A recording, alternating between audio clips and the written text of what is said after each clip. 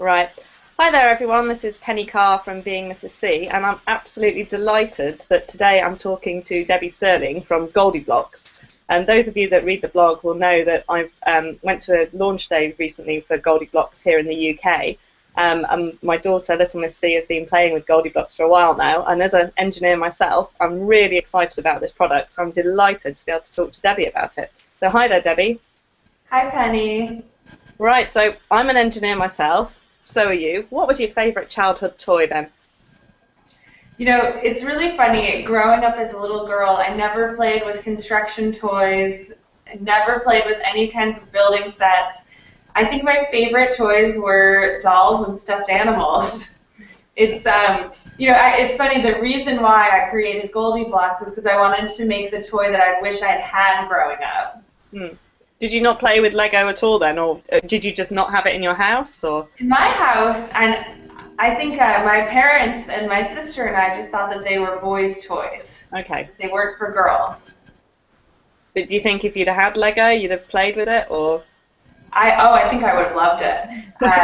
I do, and in fact, once I got to college and decided to major in engineering, which was I was so lucky to have a math teacher tell me I should try it. And I didn't, at that point, I was a senior in high school and I didn't even know what it was. Right. But when I got into the class, I loved it. We were building things and solving problems, making contraptions, and we were actually using a lot of construction toys as prototyping materials. Yeah. And all the guys in my classes were whizzes and were just building up everything, and they had just grown up with it, and I had a huge learning curve. Okay, so what was it? Was it just this maths teacher then that inspired you to go into engineering, or was there something else in your life at the time that pushed you in that direction? It was this math teacher who one day told me she thought I'd be good at it and that encouraged me to consider it as a major. And had she not said it that one day, I know for certain I never would have tried it. You think then there's possibly a problem with engineering? I don't know if you think it's the same in the US, and this is another subject I'd like to come on to, but do you think we lack engineering role models, full stop? Oh, absolutely. When she said the word engineering, I was picturing a car mechanic with, grease all over him. I had no vision, no picture in my head of any girl that I would want to be like doing engineering. I can't remember. Is the term engineer a protected term in the US? Well, actually in the US, we use the word engineer as a train driver. Yeah. So there's a big misconception that engineers are train drivers. Okay. And then the people who fix cars we call mechanics. Yeah. So if you think of mechanical engineering, I was picturing the car mechanic, and sort of the greasy, working on the engine under the car kind of thing. But the fact, and you know this because you're an engineer, it's very broad, and there are so many different fields. You can be, a software engineer, an electrical engineer, mechanical, civil.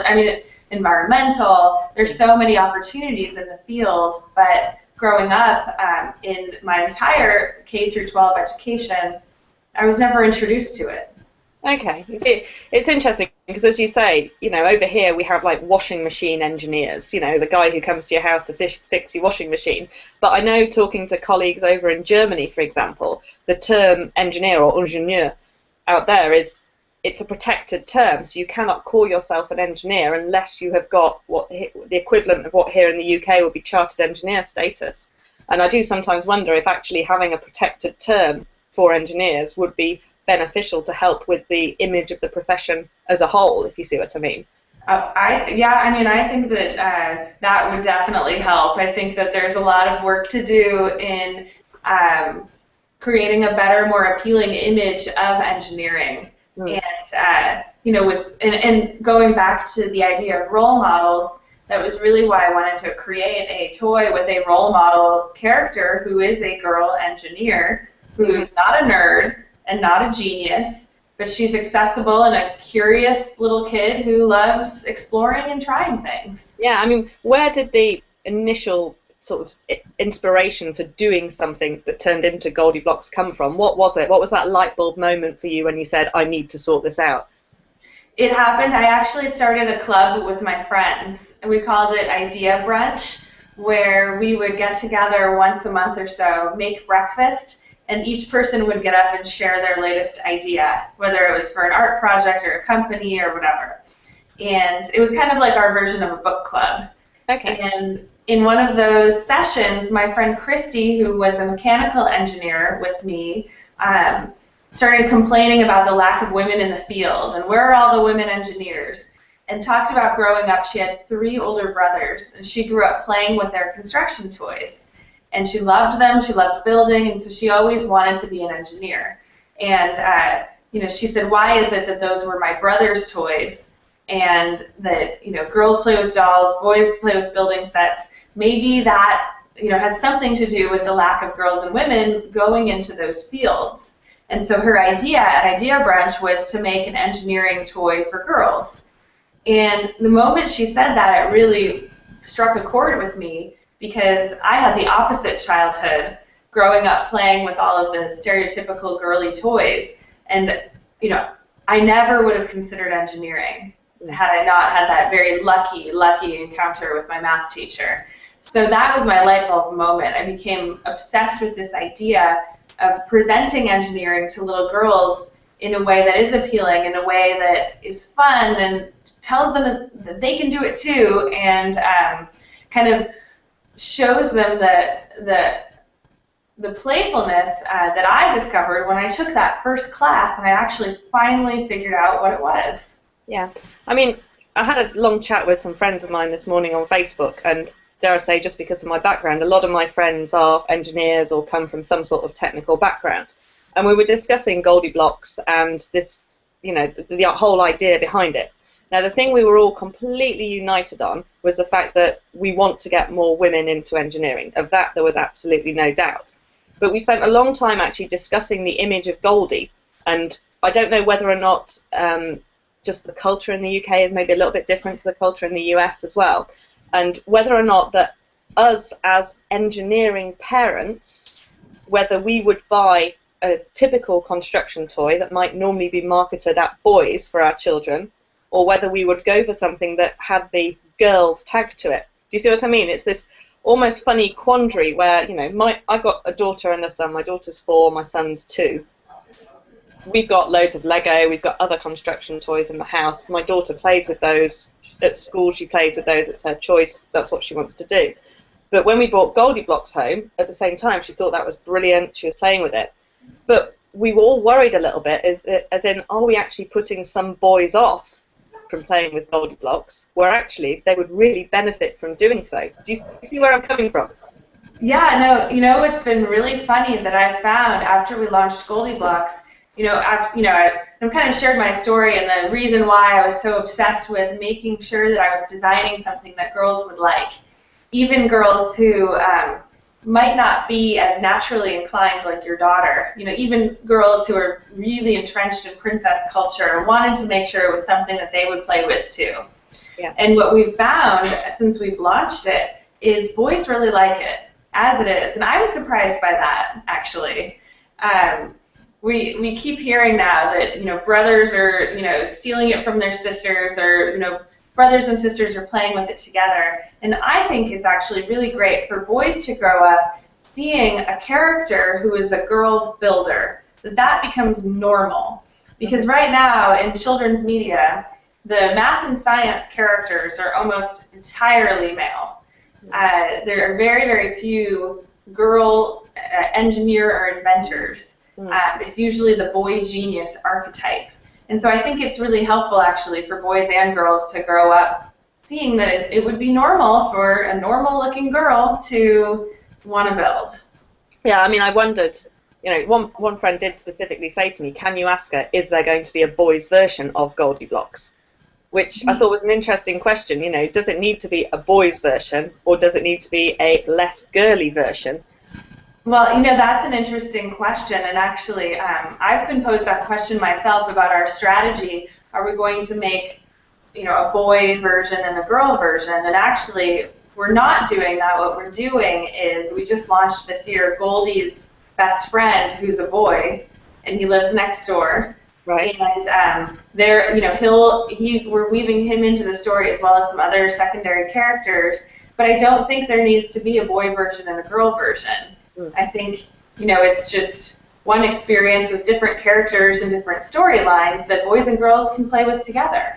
Yeah, I think you're right. I think it becomes almost more of a unisex thing then, rather than it being a engineering toy for girls, if you see what I mean. And that language is kind of how it started, and it really was kind of what the genesis of it and why we made it. And now as we expand the line and create new products and new experiences, and after all the feedback we've gotten, boys love it, and I think that's great. So it is. It's brilliant. I mean, to me, the only downside with the an engineering toy for girls tag is, for me as a female engineer, I can see it possibly further down the line becoming like some of the women in engineering societies where they won't let a man come to the meeting. And I had this experience myself at university where a male friend of mine and I tried to go to a lecture put on by my university's Women in Engineering Society, and they wouldn't let my friend come in with me because he was male. And that really got my back up and put me off a lot of sort of women-only engineering. Yeah, I could not agree with you more. And it's actually really great to hear you say that because it validates the direction that we're going. That's super. That's exactly the kind of thing I want to hear. And with my engineer hat on, I'm an electronics engineer, and all the GoldieBlox sets we've seen here in the UK are quite a mechanical engineer focus. I mean, I'm assuming you're a mechanical engineer, is that right? Or? Yes, my background is in mechanical, but I love that you just brought that up because we're now prototyping electrical engineering concepts as well as some coding too. Oh, brilliant. We started in mechanical because that's my background, so it was kind of easiest for me to sort of start with what I knew. Logical sense. But it's exciting because we can go so broad, and there's so many different areas where we can expand this, and we now actually just brought on a Harvard educator who has a really strong background in STEM curriculum for kids, and we're mapping our whole curriculum roadmap of all of the things that GoldieBlox will teach. And are you looking to do that as a US version and then just hope you can roll it out also to other markets, or would you look to try and tailor something to the UK market in terms of fitting in with our curriculum? So we'll eventually be tailoring things more specifically, but our company is only 2 years old, and there is so much demand from the UK. We were, just racing to make it available here because parents were spending 2 or 3 times the price of the product just to ship it over. So this month marks our UK launch, and we just wanted to make the toys as they are available here. And next year and moving forward, we're looking into some localization so that it really feels, special. And yeah, that would be very good, because I know that the GoldieBlox and the parade float, for instance, I had to explain to my daughter what a parade float was because we don't have that concept here in the UK at all. So for her it's like, she's doing what? Why is she doing that, mummy? Things like that. But also you talked about looking at going into coding. I don't know if you're aware, but here in the UK, the national curriculum for primary schools has just changed this year, so just in the September for the academic year we've just started. And there's a much bigger emphasis now on coding as part of the curriculum. And there's a lot of schools who are having to, a very steep learning curve for some of the teachers because they don't have a background in coding at all or any sort of software engineering. And I'm finding that fascinating. My husband's also a software engineer too, to look at how schools are trying to teach this and what other things are coming out there in the marketplace to support the children in their education and also support the parents, because quite often these children are learning things that the parents haven't got a clue about just because they're not in that field themselves. So it could be a really exciting thing for sort of a local variation on, I think. Yeah, no, that's actually helpful for me to know, but I'm glad that they're rolling it out into primary schools here. It seems like something now, it's so obvious. You should be learning, English and learning coding. It seems like this language now, that every kid kind of needs. I think so, and I think here in the UK, you know, we're very aware that we're slipping behind other countries, in particular China and Singapore, in terms of what our kids are learning at school when it comes to, you know, the STEM curriculum as well. The other sort of main thing I wanted to, the sort of final question from me was, if you suddenly were put in front of a classroom of children, so say my daughter's age 4 or 5 years old, so first year at primary school, and if one of those children, whether it be a boy or a girl, said to you, I want to be an engineer, what would be your first piece of advice to them? I would tell them that, first of all, I would say, I'm so excited for you, and I'm an engineer, and I love what I do. And I would tell them that, and I don't know, so I'm going to say this now in my own words. I would probably say it a little bit more articulately to a 4 or 5 year old, but I would tell them that it's challenging, and don't think that people are born just knowing how to do it. It's something you really have to learn. You don't, you know, nobody picks up a guitar and instantly knows how to play it. You've got to take the lessons and you've got to learn. So don't ever convince yourself that your brain isn't set up that way. Just stick with it. Keep trying. Know that it won't be easy, but when you commit yourself and you work really hard, and when you finally tackle and solve those hard problems, you're going to have so much confidence, and you're going to know that you can do anything. No, I totally agree. Totally agree. For me, it's really exciting to see that we're all talking about engineering now. We're talking about how to inspire our kids in engineering, and it's so refreshing compared to when I was at school, an all-girls school, and I said I want to be an engineer, and the teachers kind of went, "Ooh, don't really know anything about that." So it's great. Well, that's the end of my sort of formal questions, Debbie. So thank you ever so much for chatting to me today. It really has been great to do so. So thank you very much. Great talking to you too. Thanks so much. Thank you.